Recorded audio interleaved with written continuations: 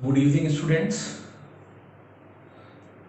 आज का lecture start करने से पहले मैं एक बात बहुत स्पष्ट रूप से आप सबसे कहना चाहता हूं कि आप लोगों का कई सारा एक साथ या कई एक ही क्वेरी है जिसके बारे में मैं फेसबुक पर भी पोस्ट कर चुका हूं।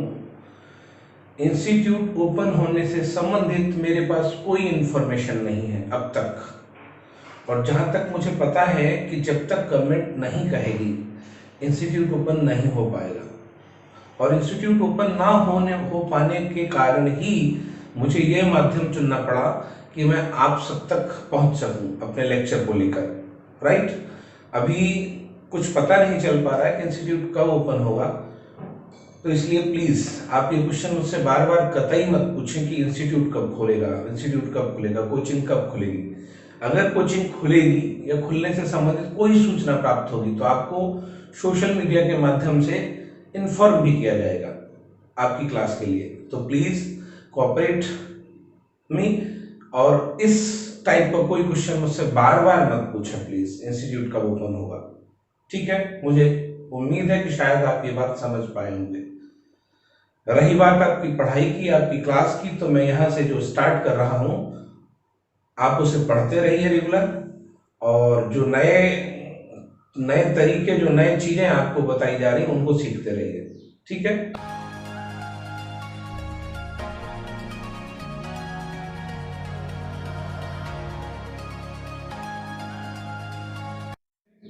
तो आज के लेक्चर स्टार्ट करते हैं कल जहां से छोड़ा था उससे आगे।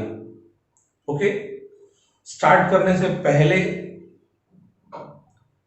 एक ही बात बोलूंगा, अगर वीडियो अच्छी लगती है और आप चाहते हैं कि ये वीडियो आपके दोस्तों, आपको, आपके फ्रेंड्स को हेल्पफुल होगी, तो एक बार उन तक जरूर ये पहुंचाएं, शेयर करें, लाइक करें और अपना कमेंट दें। ठीक है, कल हमने पढ़ा था व्यक्तित्व वर्गीकरण के आधार।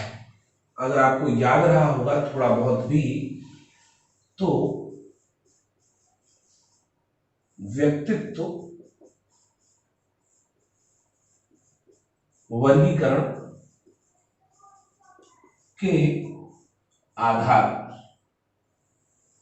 और जिसमें हमने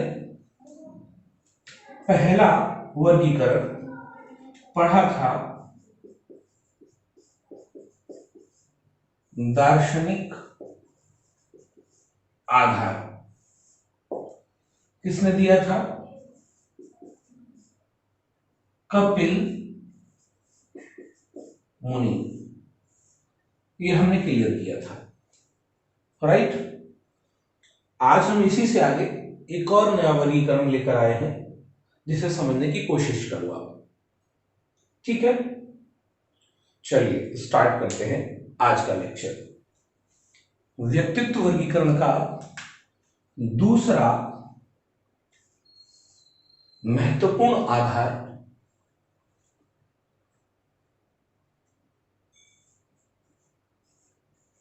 शरीर द्रवों के आधार पर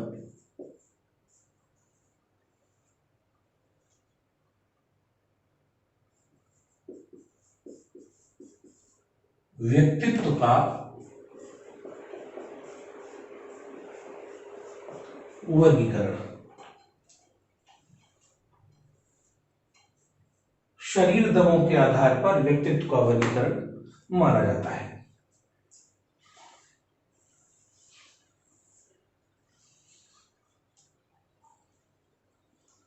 इसे अगर और किसी नाम से पूछा जाएगा डियर स्टूडेंट्स, तो हो सकता आपसे पूछा जाए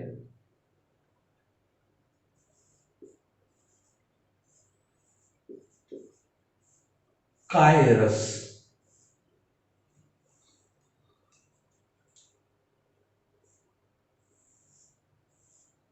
के आधार पर व्यक्तित्व का वर्गीकरण।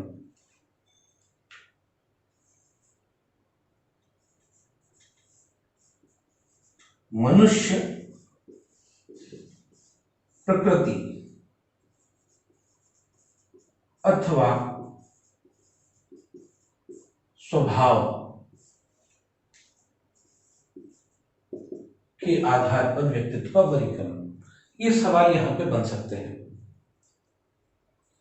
अगर हम यहाँ शरीर द्रवों की बात करें तो भी सेम सवाल है। सवाल आप समझ पा रहे होंगे, शरीर द्रवों के आधार पर व्यक्तित्व का वर्गीकरण किसने दिया है, कायरस के आधार पर व्यक्तित्व का वर्गीकरण किसने दिया है, मनुष्य प्रकृति अथवा स्वभाव के आधार पर, temperament of the human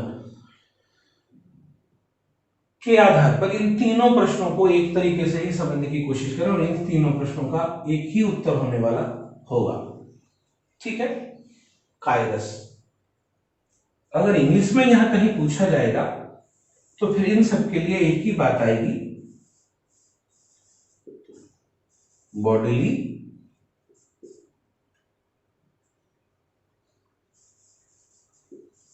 fluids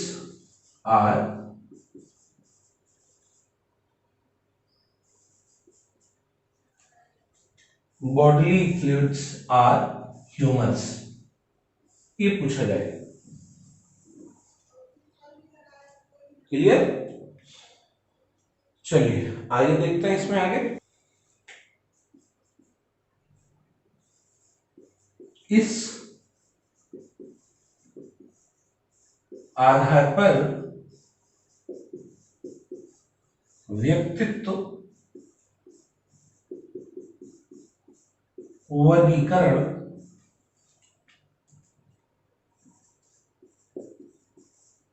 यूनानी विद्वान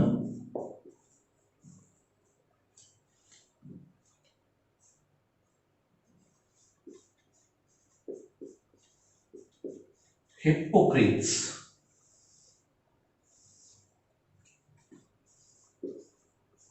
के द्वारा लगभग 400 ईसा पूर्व दिया गया था। सबसे पहला पॉइंट, पिछला क्वेश्चन आप याद रखेंगे, शरीर द्रवों के आधार पर व्यक्तित्व का वर्गीकरण।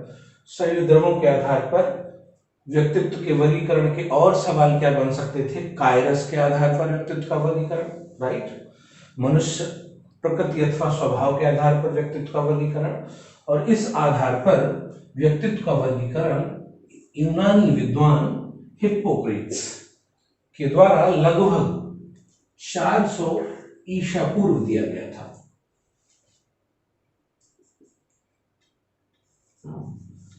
यह वर्गीकरण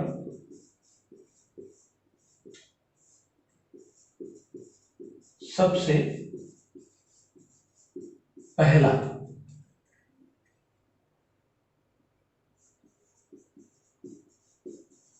व्यक्तित्व प्रकार का वैज्ञानिक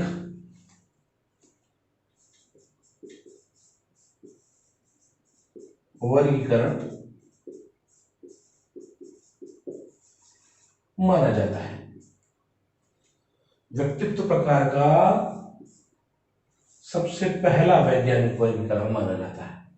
इंपॉर्टेंट सवाल, राइट। शरीर द्रवों के आधार पर व्यक्तित्व का वर्गीकरण यूनानी विद्वान हिप्पोक्रेट्स के द्वारा लगभग 400 ईसा पूर्व दिया गया था, और यह वर्गीकरण यानी हिप्पोक्रेट्स का वर्गीकरण सबसे पहला व्यक्तित्व का वैज्ञानिक वर्गीकरण माना जाता है, राइट।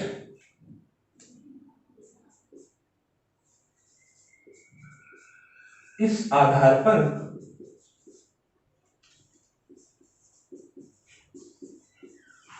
व्यक्तित्व के कुल 4 प्रकार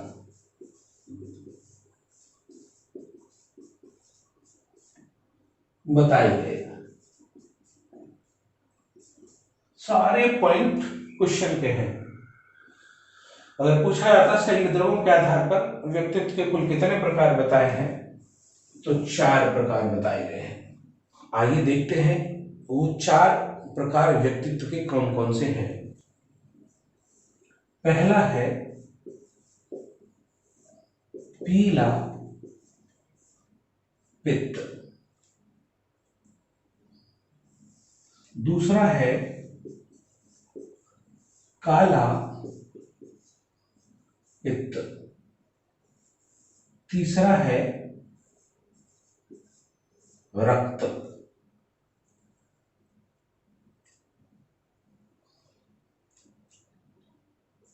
और चौथा है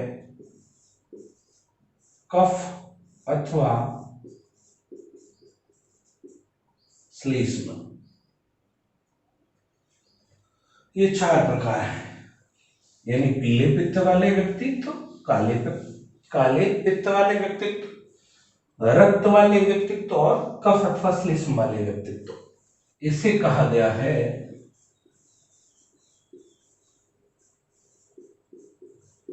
LOI। ये है आपका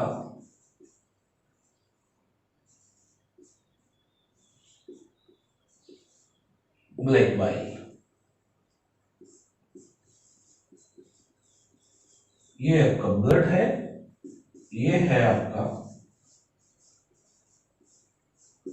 फ्लैग। अब ये क्या है? शरीर से निकलने वाले या शरीर में मौजूद द्रव है। व्यक्ति के शरीर में मौजूद चार जो प्रमुख द्रव हैं, पीला पित्त है, काला पित्त है, रक्त है और कफ अथवा श्लेष्म है। इसी आधार पर व्यक्तित्व के कितने प्रकार बताए हैं इन्होंने? 4 प्रकार बताए। याद रखिए, सवाल देखते जाइए। यहाँ पर अगर कहीं सवाल बनेगा, ऑप्शंस आपके क्लियर है तो नेगेटिव याद रखिएगा।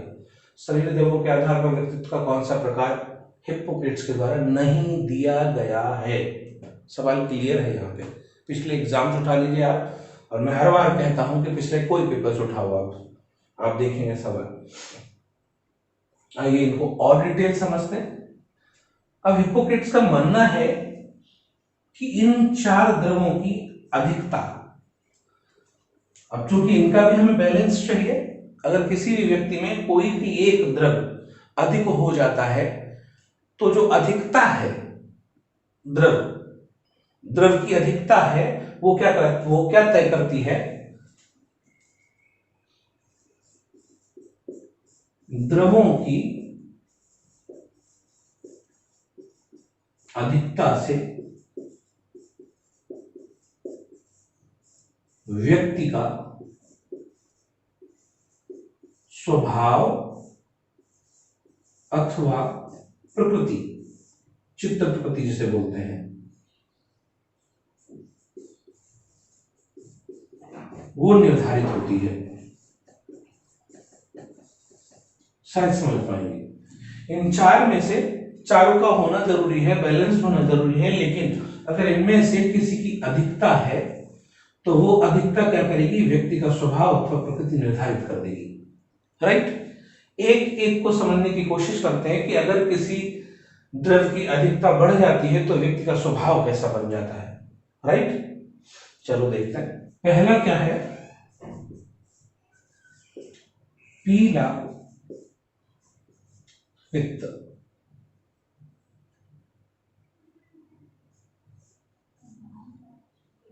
यानी कि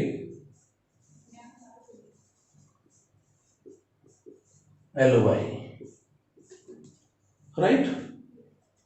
देखेंगे आप, व्यक्ति का स्वभाव बनेगा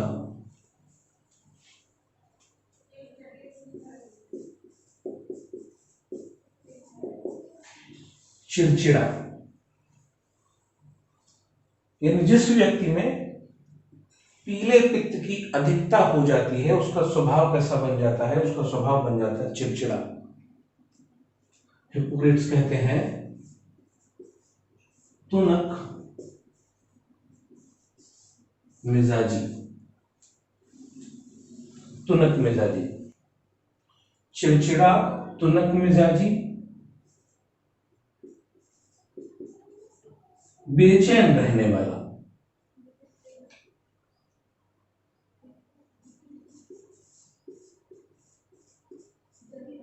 गुस्सैल।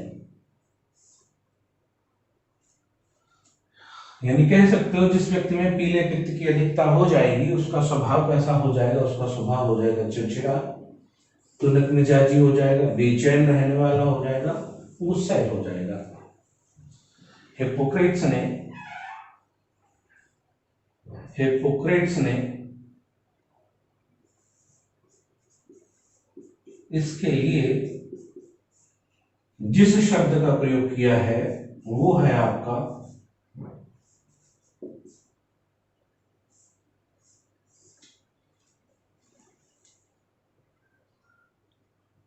कॉलरिक। अब देखेंगे आप, यहां सवाल या तो पीले पित्त से पूछा जाएगा या फिर पूछा जाएगा कॉलरिक से।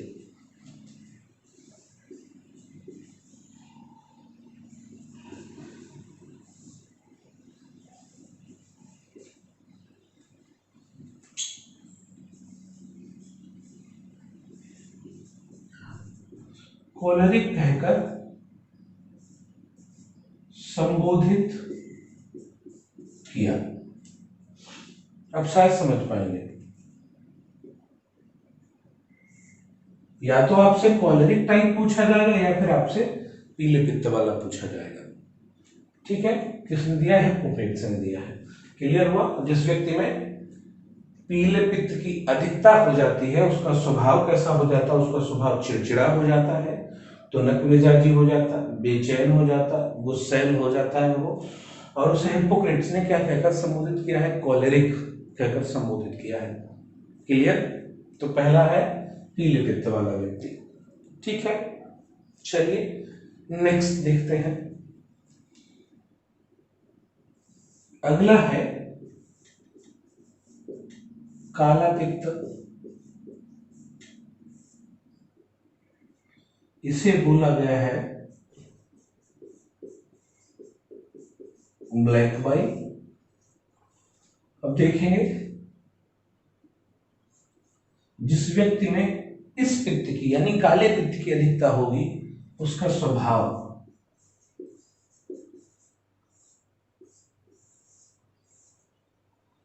कैसा होगा? उदास,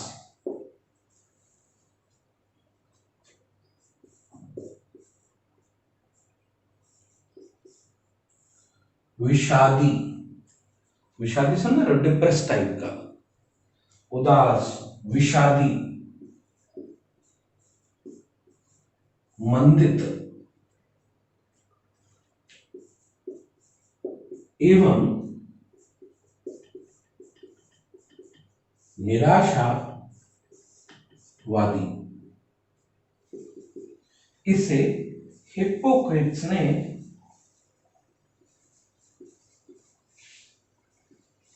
मेलनकॉलिक कहकर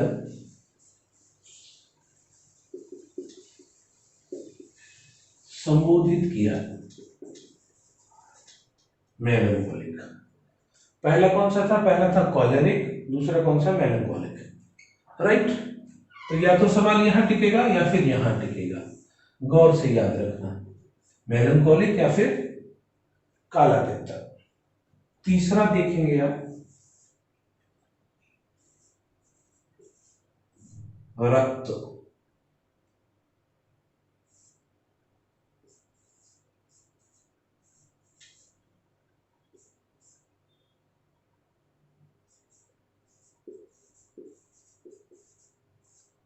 जिसमें रक्त की अधिकता होगी, ब्लड ज्यादा होगा, उसका स्वभाव कैसा होगा?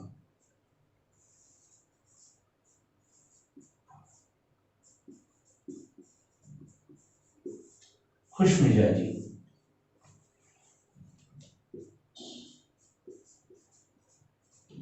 प्रसन्न होगा,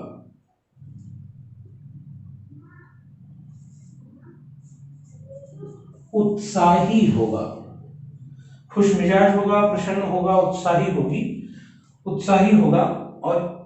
और अगर कहीं बात आएगी तो होगा इसका अपोजिट। ये था निराशा, ये होगा आपका आशावादी। हिप्पोक्रेट्स ने इसे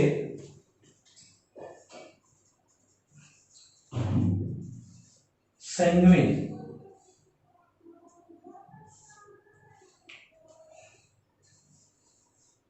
कहकर संबोधित किया है। Sanguine, right. रक्त की अधिकता वाले व्यक्ति के स्वभाव में कौन कौन से गुण हो सकते हैं? खुशमिजाज होगा वो, प्रसन्न होगा वो, उत्साही होगा वो, और कैसा होगा? आशावादी होगा। ठीक है, इसे क्या कहा गया? इसे कहा गया सैंग्विन। ठीक है, आगे चौथा देखते हैं। चौथा था कफ अथवा श्लेष्म की अधिकता वाला। चौथा था कफ अथवा श्लेष्म की अधिकता वाला, जिसे फ्लैग्म कहा गया था।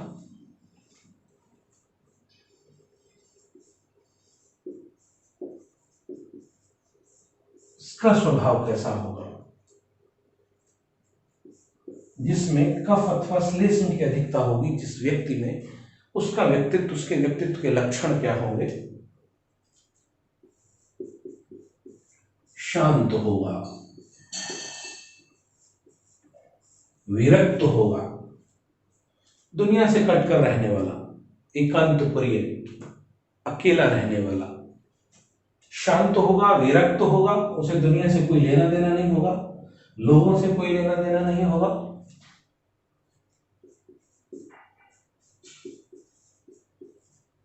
निष्क्रिय होगा, शांत, विरक्त, निष्क्रिय।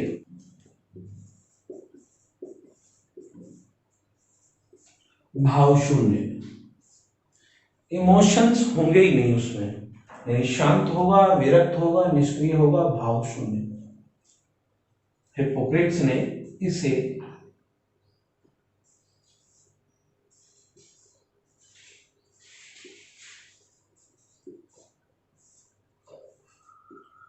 फ्लैग्मेटिक कहकर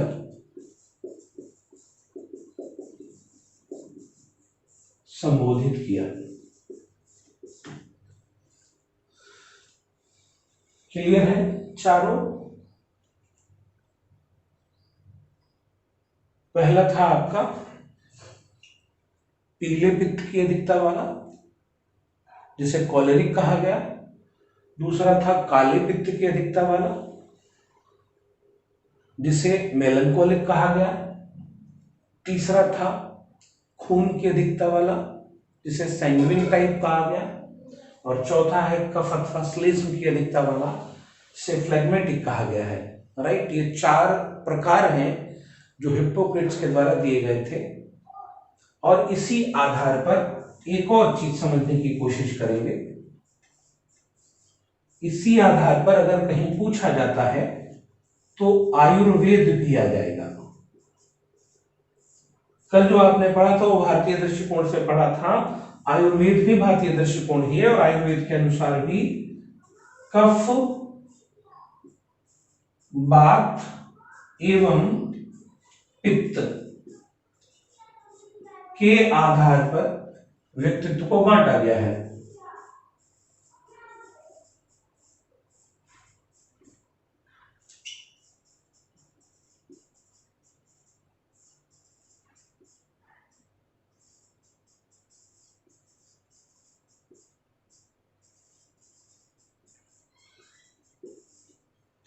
ये लगभग सेम है।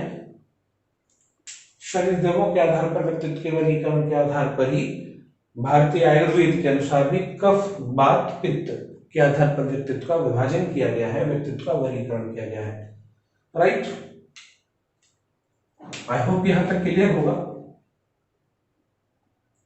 एक खास बात समझने की कोशिश करेंगे आप। हिप्पोक्रेट्स का जो पहला व्यक्तित्व वर्गीकरण है, प्रकार सिद्धांत है व्यक्तित्व का, मनोवैज्ञानिकों ने वर्तमान में इसे पूर्ण रूप से अस्वीकृत कर दिया है। लेकिन सवाल पूछा जाता है जैसे आपने वंशानुक्रम में पढ़ा, तो वंशानुक्रम के नियमों को लेकर वीजमैन से लेकर कई लोगों के सिद्धांत नियम दिए गए, लेकिन पिछले जितने सिद्धांत हैं कहीं कहीं आपने ध्यान दिया होगा, मैंने बताया भी है ऑफलाइन क्लास में कि उनको रिजेक्ट कर दिया गया है। तो ऐसे यहाँ पर भी ये समझिएगा कि हिप्पोक्रेट्स की ये पूरी थ्योरी व्यक्तित्वरीकरण की स्वीकार्य नहीं है, रिजेक्टेड है, लेकिन फिर भी एग्जाम सवाल पूछती है, सो मस्ट रिमेंबर। ठीक है डियर स्टूडेंट, जितना भी आप लेक्चर पढ़ते जा रहे हो, चैप्टर फिनिश होने के बाद इससे एक अच्छी खासी क्वेश्चंस की सीरीज भी आपको करवाई जाएगी। राइट, अब यहां तक अगर कोई आपको डाउट है तो आप कमेंट करिएगा। चलिए मिलते हैं नेक्स्ट लेक्चर में, नेक्स्ट वीडियो में, तब तक अपना ख्याल रखिएगा। Bye bye.